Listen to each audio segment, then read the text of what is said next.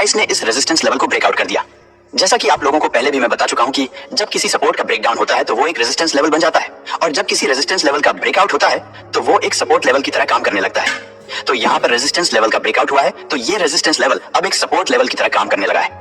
अब देखिए, जब प्राइस यहाँ से एक रिट्रेस देते हुए इस सपोर्ट लेवल पर आया हुआ है, तो यहाँ सपोर्ट लेवल पर हमें एक बुलिश पिन बार कैंडल बनती हुई दिख रही है, जिसकी लोअर विक इसकी बॉडी के कंपैरिजन में 2 गुना से ज्यादा लंबी है। तो अब हम यहाँ से बाइंग साइड के ट्रेड में एंटर कर सकते हैं। इसमें हमारा stop loss pin bar candle के लो के नीचे रखना है और हमारा टारगेट हमारे स्टॉप लॉस के डबल रखना है। अब उसके बाद आप देख सकते हैं कि प्राइस यहाँ से स्ट्रांगली मूव करते हुए अब ट्रेंड में चला गया है और हमारा टारगेट अचीव हो गया है।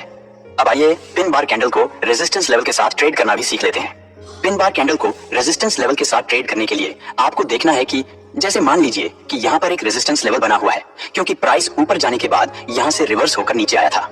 तो अब आपको वेट करना है कि अगर प्राइस इस रेजिस्टेंस लेवल पर दोबारा आता है और यहाँ पर एक ऐसी पिन बार कैंडल बन जाती है जिसकी अपर विक उसकी बॉडी के कंपैरिजन में कम से कम 2 गुना लंबी हो, तो यह एक बेरिश रिवर्सल का सिग्नल होता है। इसका मतलब होता है कि प्राइस ने इस रेजिस्टेंस लेवल को ब्रेकआउट करके ऊपर जाने की कोशिश की, लेकिन इस लेवल पर सेलर्स इतने स्ट्रांग थे कि उन्होंने प्राइस को ऊपर सस्टेन नहीं करने दिया। इसका मतलब है कि प्राइस अब यहाँ से रिवर्स हो सकता है। तो अब हम यहाँ से सेलिंग साइड के ट्रेड में एंटर कर सकते हैं।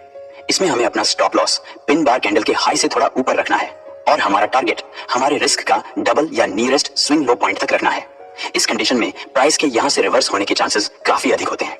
जैसे कि आप इस चार्ट पर देख सकते हैं कि प्राइस यहाँ पर कुछ इस तरह से मूव किया हुआ है और यहाँ पर एक रेजिस्टेंस लेवल क्रिएट हो गया है, क्योंकि प्राइस यहाँ से स्ट्रांगली रिवर्स हुआ है। अब देखिए, जब प्राइस इस रेजिस्टेंस लेवल पर आया है तो यहाँ पर एक पिन बार कैंडल बन गई है जिसकी अपर विक उसकी बॉडी के कंपैरिजन में काफी लंबी है। तो हम यहाँ से शॉर्ट ट्रेड में एंटर कर सकते हैं। इसमें हमें अपना स्टॉप लॉस इस पिन बार कैंडल के हाई तक रखना है और हमारा टारगेट हमारे रिस्क का डबल रखना है। अब उसके बाद आप देख सकते हैं कि प्राइस यहाँ से डाउन साइड चला गया है और हमारा टारगेट हिट हो गया है।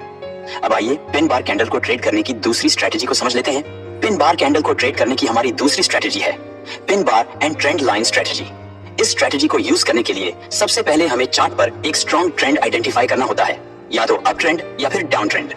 जब मार्केट अप ट्रेंड में मूव कर रहा होता है तो प्राइस हायर हाइज और हायर लोज की फॉर्मेशन करते हुए बुलिश मूव करता है, और जब मार्केट डाउन ट्रेंड में होता है तो प्राइस लोअर हाइज और लोअर लोज की फॉर्मेशन करते हुए बेरिश मूव करता है।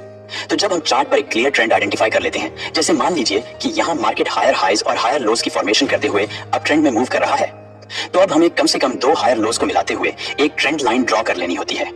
उसके बाद वेट करना होता है कि प्राइस रिट्रेस देते हुए उस ट्रेंड लाइन पर आए। अगर प्राइस इस ट्रेंड लाइन पर आता है और यहाँ पर एक ऐसी बुलिश पिन बार कैंडल बनती है जिसमें लोअर विक बॉडी के कंपैरिजन में कम से कम 2 गुना लंबी हो, तो ये एक बुलिश रिवर्सल का सिग्नल होता है। इसका मतलब होता है कि प्राइस इस ट्रेंड लाइन को तोड़कर नीचे जाने की कोशिश करता है, लेकिन बायर्स स्ट्रांग होने की वजह से प्राइस वापस ऊपर रिवर्स हो जाता है। तो हम यहाँ से बाइंग साइड के ट्रेड में एंटर कर सकते हैं। इसमें हमें अपना stop loss pin bar candle के लो के थोड़ा नीचे रखना है और टारगेट अपने स्टॉप लॉस का डबल रखना है।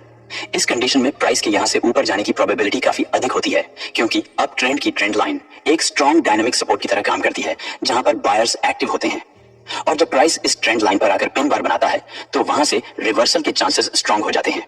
अब अगर इसे हम बेरिश कॉन्टेक्स्ट में समझें, जैसे मान लीजिए कि यहाँ मार्केट लोअर हाइज और लोअर लोज की फॉर्मेशन करते हुए डाउन ट्रेंड में मूव कर रहा है, तो अब हमें कम से कम 2 लोअर हाइज को मिलाते हुए एक ट्रेंड लाइन ड्रॉ कर लेनी होती है।